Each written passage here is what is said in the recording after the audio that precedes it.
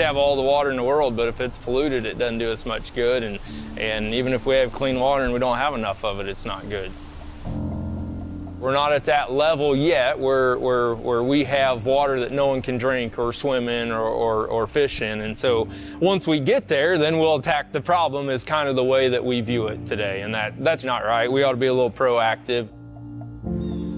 People love these lakes, and they love these rivers, and they love these resources, but they don't realize that they're fragile and they need to be taken care of. If we just go along as business as usual, they're not going to maintain the water quality. We're not going to have the water quantity, and that is not going to work. I'm absolutely concerned for the future of water. We need to continue to have a dialogue, a master plan that is going to not only protect where we are today, which isn't great, but start to make the water quality better, more important, and make it a much more thriving place. How do we create spaces where our communities start to embrace the importance of water and really start to think about how do we become caretakers of this resource? At this facility, we treat 15 million gallons per day, and we distribute it from here through about 800 miles of distribution lines through 8 counties in southwest Indiana. We estimate it probably gets to 100,000 plus individuals through our water system. Historically, water rates have been really low, and it's a difficult thing to explain that to people, so we really need help getting that word out. I think people need to understand what the real value of water is, and that the cheap water days are probably just about over, and somebody's going to have to pay for the infrastructure.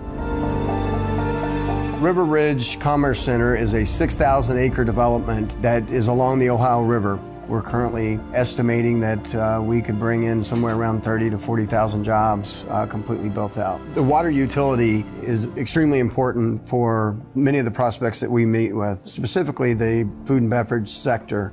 As we continue to grow, I hope all the utilities are available. The land won't always be, but if the utilities aren't, the land won't matter.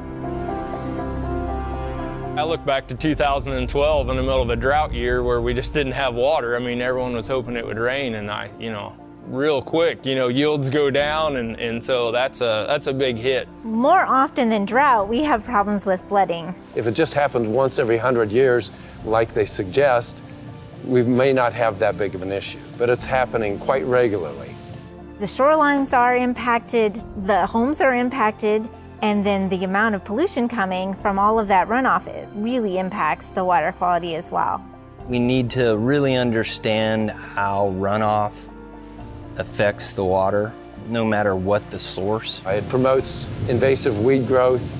It promotes algae and bad algae.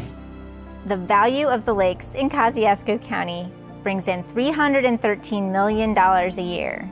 And if these lakes were impacted so badly by pollution that it was causing algae blooms and E. coli outbreaks, these lakes could actually be closed.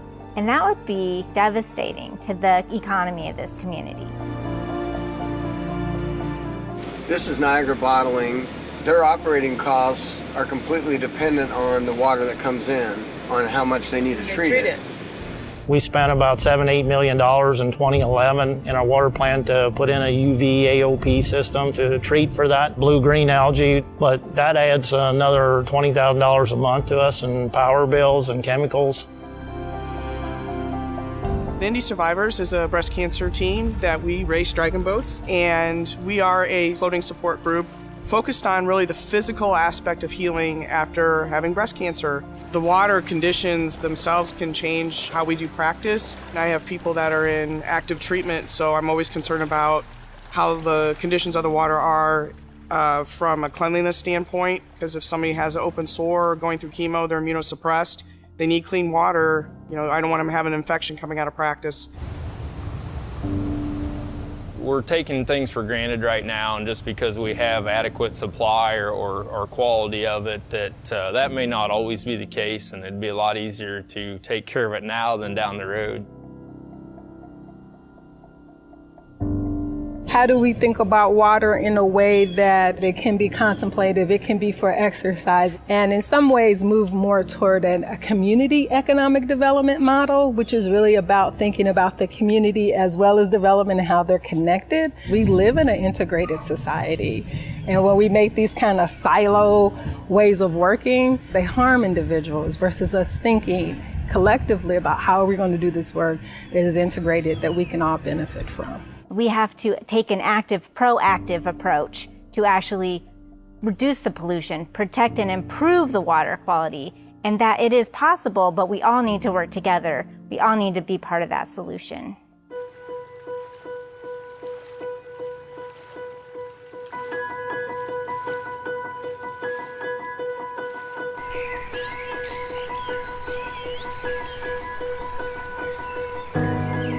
The White River is a great place. You can see the beauty of central Indiana. You can see the river bottom. Much of it is unchanged. It's just a great place to come enjoy the bounty of central Indiana because beauty abounds out here. People assume things. They assume these lakes are meant for them and they'll be there forever. And I think it requires an awful lot of intense work by folks and education to understand that these lakes aren't forever. People need to see this resource for what it is. The more people that appreciate it, the more people that will want to protect it.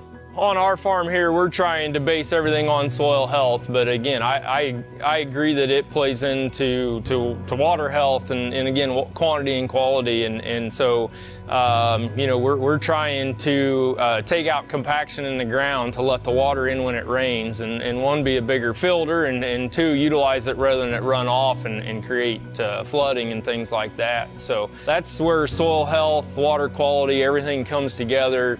Again, big picture of how we can all work together to benefit the whole community.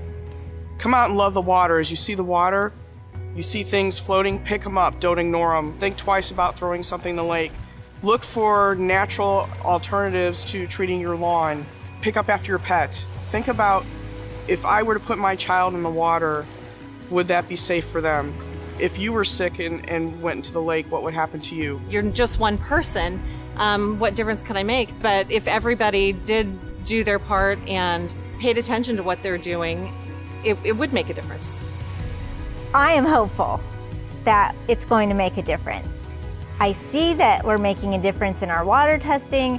We do surveys and we find that people are learning and they do care, but they have to understand that their actions have an impact, and they can have a good impact or a bad impact. And if we can bring everyone along, that their choices make a difference, then I think that we can protect and improve these water resources.